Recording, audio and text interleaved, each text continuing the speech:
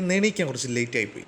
Time നോക്കിയപ്പോഴാണെങ്കിലോ 8:45. പിന്നെ ഒന്നും നോക്കിയില്ല, ചാടി എണീറ്റ് ഞാൻ എൻ്റെ പരിപാടി നോക്കി. സാധാരണ ഞാൻ 7 മണിക്കാണ് പണിക്ക് പോകാറ്. ഇന്നലെ ഒരു മൂവി കണ്ട് കുറച്ച് ലേറ്റ് ആയിപ്പോയി. അങ്ങനെ കുളിയൊക്കെ കഴിഞ്ഞ് നേരെ ഡ്രസ്സ് മാറ്റി. അടുത്ത ലക്ഷ്യം ഫുഡ് തന്നെ. വേറെ ഒന്നും നോക്കിയില്ല, നേരെ വിട്ടു അടുക്കളയിലേക്ക്. കുറേ ദിവസത്തിന് ശേഷമാണ് അമ്മ ഇന്ന് ചപ്പാത്തി ഉണ്ടാക്കിയത്. അതിന് കോംബോ ആയിട്ട് ചെറുപയർ കറിയും പിന്നെ വൈഫിന് കഴിക്കാൻ വേണ്ടി ലേശം ചെറുപയർ പുഴുങ്ങിയതുണ്ടായിരുന്നു. അങ്ങനെ ഞാൻ പിന്നെ ഒന്നും നോക്കിയില്ല, നേരെ എൻ്റെ പണി തുടങ്ങി. പൊതുവെ എനിക്ക് ഇഷ്ടമല്ല ചെറുപയർ കറി, പിന്നെ ഇവിടെ ഉണ്ടാക്കിയത് എന്താ വെച്ചാൽ അതല്ലേ തിന്നാൻ പറ്റും. അങ്ങനെ നേരെ ഭക്ഷണം കഴിച്ച് ഞാൻ ഇറങ്ങിട്ടോ. മുരുകൻ്റെ വാഹനം മയിലാണ്, ഗണപതിയുടെ വാഹനം വലിയാണ്. ഇതാണ് കേട്ടോ എൻ്റെ വാഹനം. അങ്ങനെ ഓട്ടോ എടുത്ത് നേരെ ഇറങ്ങി ഡ്യൂട്ടിക്ക്. പോണ വഴിക്ക് അമ്മയും അമ്മമ്മയും കൂടെ എന്നെയും കാത്ത് താഴ്ത്ത് നിൽക്കുന്നുണ്ടായിരുന്നു. അപ്പോൾ അവൻ പണിക്കും ഇറങ്ങി കേട്ടോ.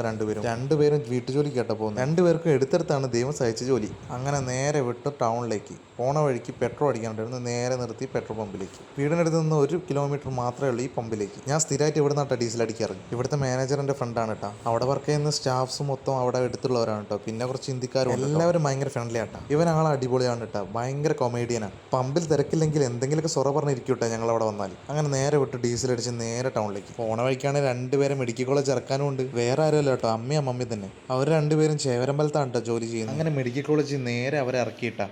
അമ്മമ്മയ്ക്ക് പേരക്കുട്ടിയോട് ഭയങ്കര സ്നേഹം കേട്ടോ. വേറെ ആരില്ല, ഞാൻ തന്നെയാണ്. ഫസ്റ്റ് ഓർഡറല്ലേ ഇത് വെച്ചോന്ന് പറഞ്ഞ് പൈസ വെച്ച് പോണാട്ടോ നിങ്ങളീ കാണണേ. അങ്ങനെ ഒരു ചേവരമ്പലത്തേക്കുള്ള ബസ് കയറാൻ പോയിട്ടോ. പിന്നെ ഞാൻ അവിടെ നിന്നില്ല, ഞാനും വിട്ടു ടൗണിലേക്ക്.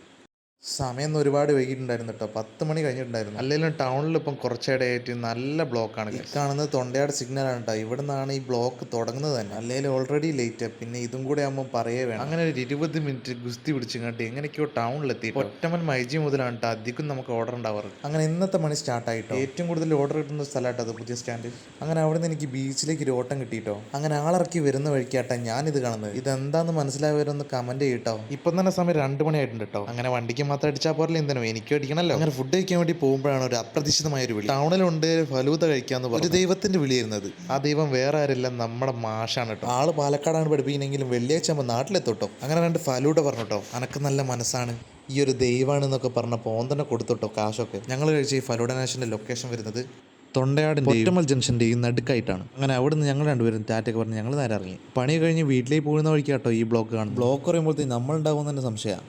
അങ്ങനെ നേരെ വീട്ടിലെത്തി. ഇന്ന് ഇത്രയേ ഉള്ളൂ. ബായ്.